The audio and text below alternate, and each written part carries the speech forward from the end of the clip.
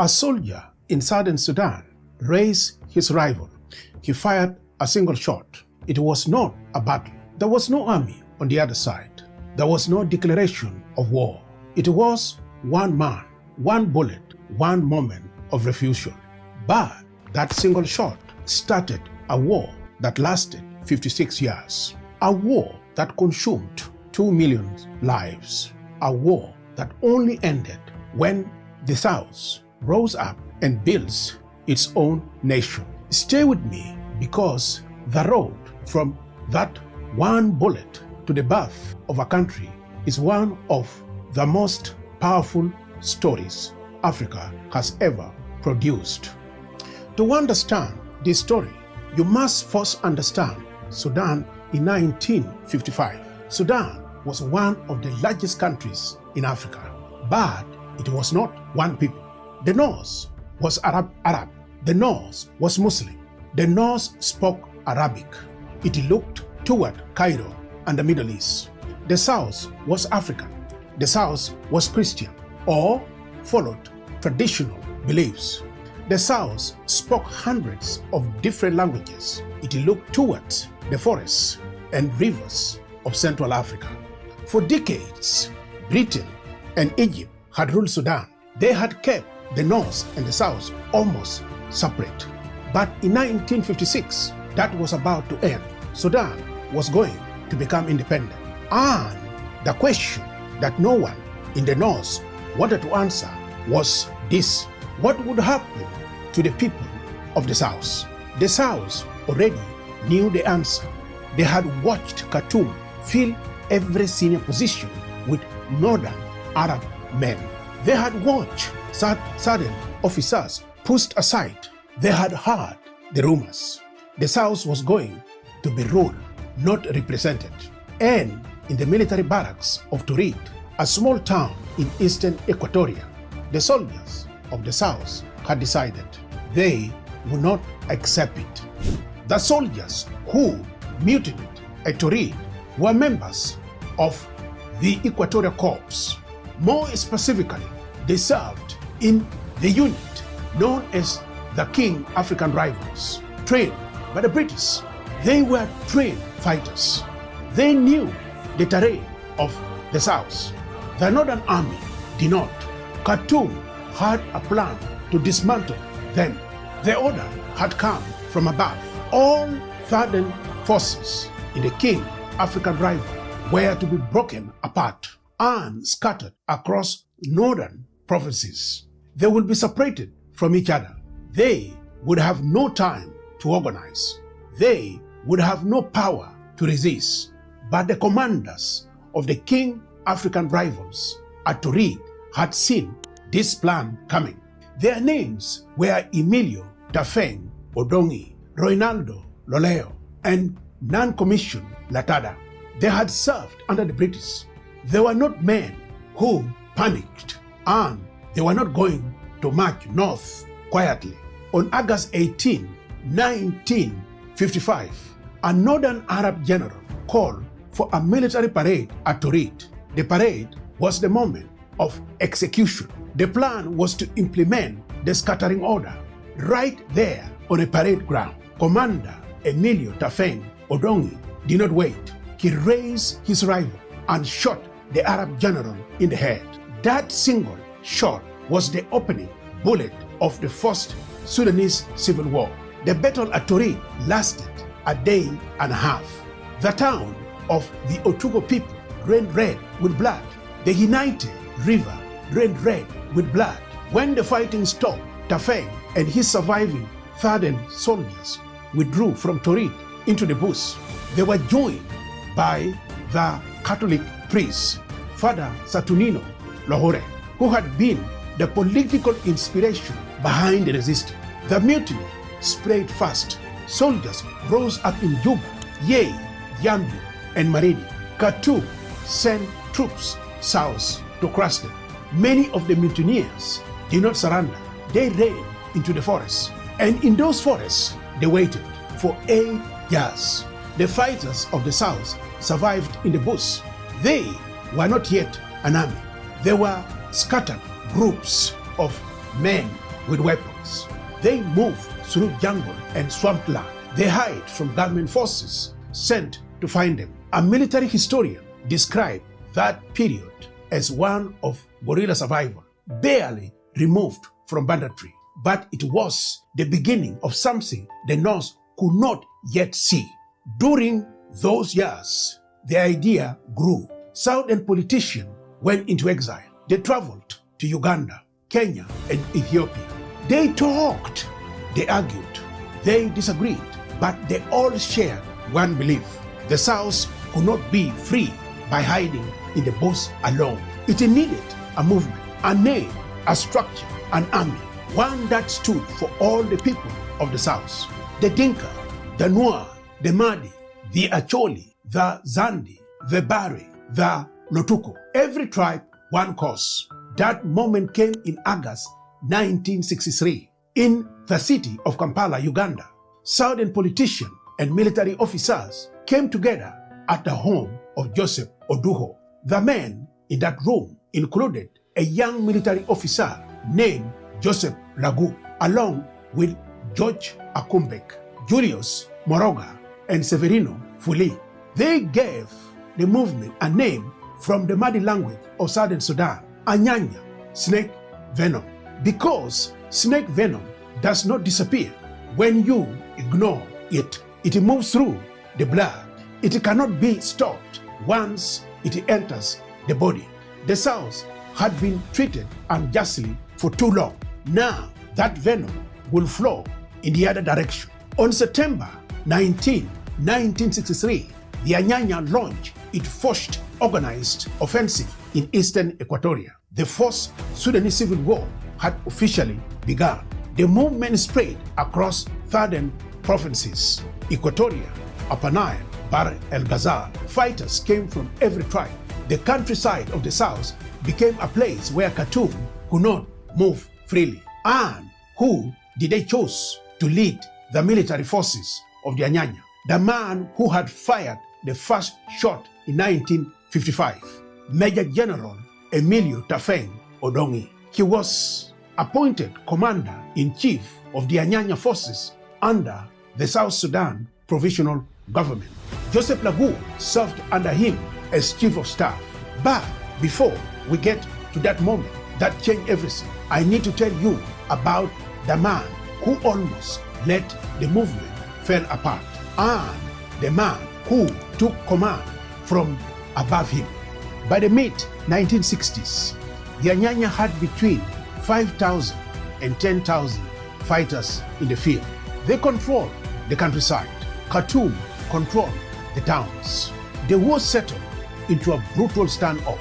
Neither side could break it, but the real danger to the Anyanya was not coming from Khartoum. It was coming from within. The movement was fractured. Southern politicians could not agree on leadership. There were Nilotic groups and Equatorial groups. There were men who wanted full independence and men who would accept less. There were leaders who fought each other as hard as they fought the North. By 1969, the political situation had broken down. The movement leader, Agrejadeen, resigned in frustration. A new leader was elected, Gordon Kong Muyotat Mayen. But even then, some Southerners, fighters, refused to follow a Dinka leader. Into that chaos stepped Joseph Lagu. Lagu was a lieutenant in the Sudanese army who had moved over to join the Anyanya.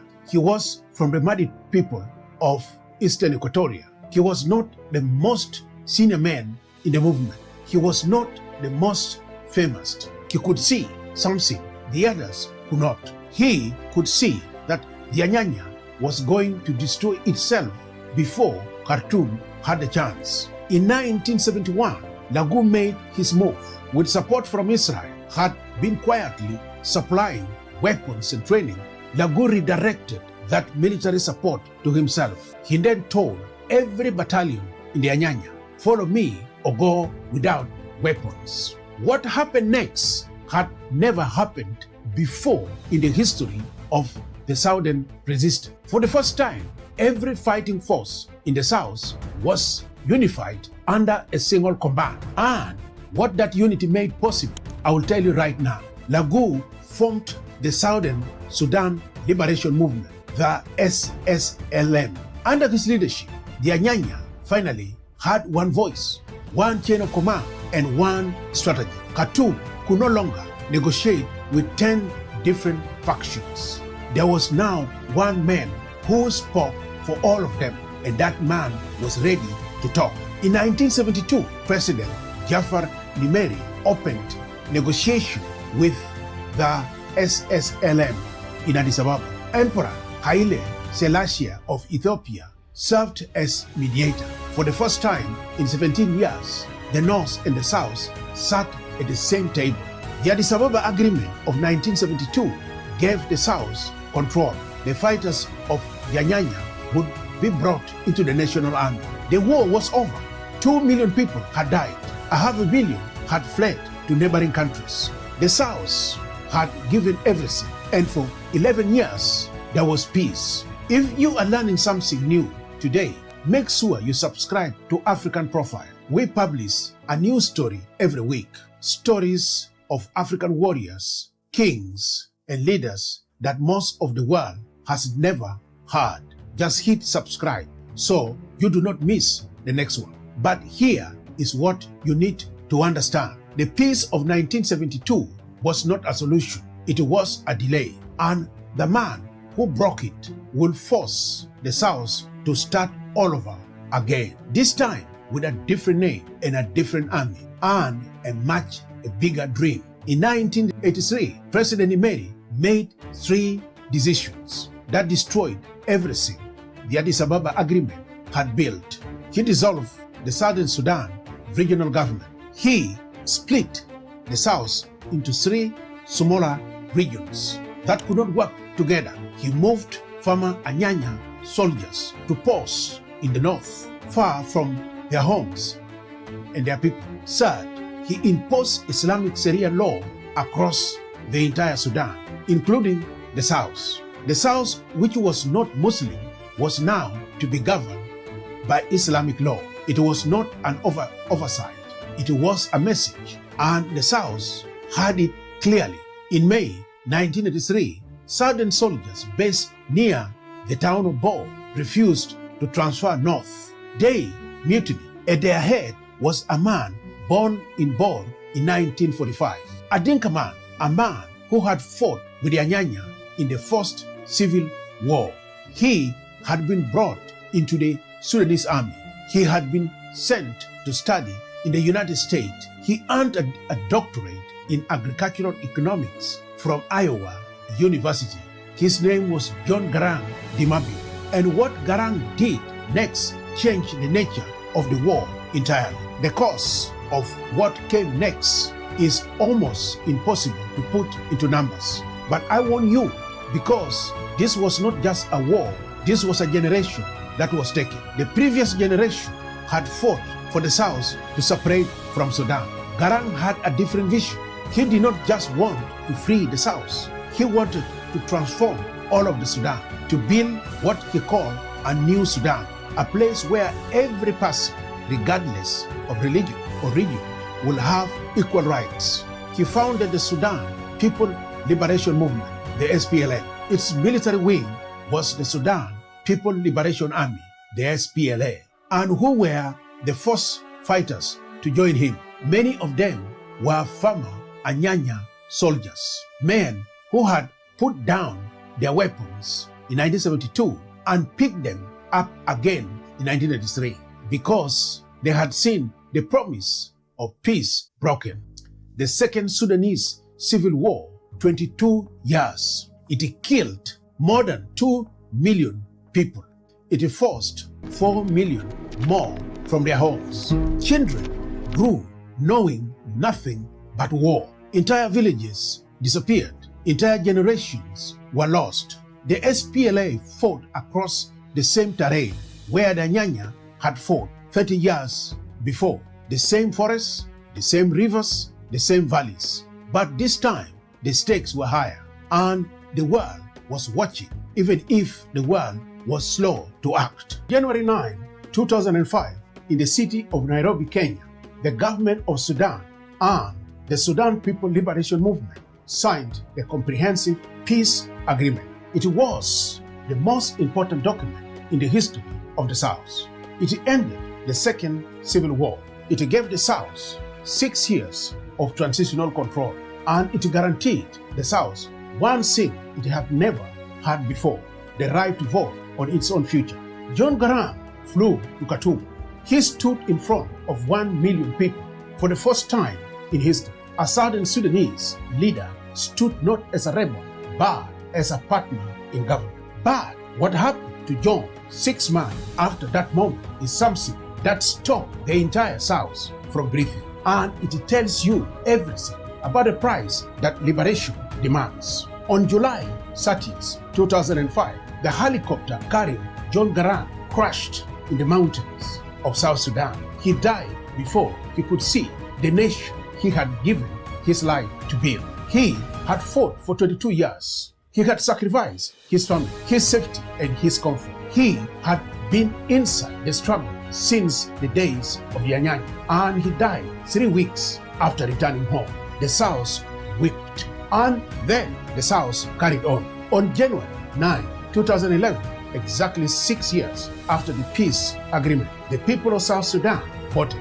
The result was not close. 98.83% voted for independence. Think about that number. Almost every single person who voted said the same thing: we choose to be free. On July 9, 2011, the Republic of South Sudan was declared. It became the newest country in the world. The flag of South Sudan rose at the United Nations. 56 years, 2 civil wars, 2 million dead, 4 million displaced, and one nation finally born. The line from Emilio Tafeng Odongi firing his rival at Torit in 1955 to that flag raising in New York in 2011 runs straight. It runs through every fighter who ever hide in the forests of Equatoria. It runs through the meeting at the house of Oduho in Kampala. It runs through the unification of Joseph Lagu. It runs through every name that history has forgotten and every name it has kept. The Anyanya lit the fire. The SPLA carried it, and the people of South Sudan refused to let it go out. So, what does this story teach us? It teaches us that the desire for freedom does not die. It goes underground. It survives in forests and exiles. It changes names. It finds new leaders, but it does not disappear. The Anyanya was not just a rebel group. It was a generation of Southern Sudanese people who looked at the world they had been given and said, we deserve better than this. They did not have money. They did not have international support. They did not have a state behind them. They had the belief that the people who stand for their dignity cannot be permanently silenced. Emilio Tafeng showed us that sometimes the man who starts the fire does not get to hold the torch at the end. But that does not make the fire less real. That does not make the sacrifice less true. Joseph Lagu showed us what unity can achieve when unity seems impossible. John Garang showed us that a vision bigger than your own people can carry a war further than any single tribe could alone. And the ordinary soldiers of the Anyanya, the ones who slept in the bush, who carried weapons through swamplands, who buried their friends and kept moving, they showed us that courage does not need a title. South Sudan faces great challenges today. Peace inside its own borders is not complete. The work that Garang dreamed of is not finished, but the nation exists. The flags flies, and the children of the South go to school in a country their grandparents fought to create. That is not nothing. That is everything. The story of the Anyanya and the SPLA teaches us one thing above all else. The greatest struggles are not won in a single moment. They are won across generations by people who refuse to let the vision die, even when it cost them everything. If this story moved you, share it with one person who needs to hear it. Africa has so many stories like this one. Stories of warriors, leaders, and ordinary people who changed history, and most of the world has never heard them. A new story comes every week, and next, watch our video on John Garang, the man who died before seeing his dream. That story connects directly to everything you just learned here. I will see you in the next one.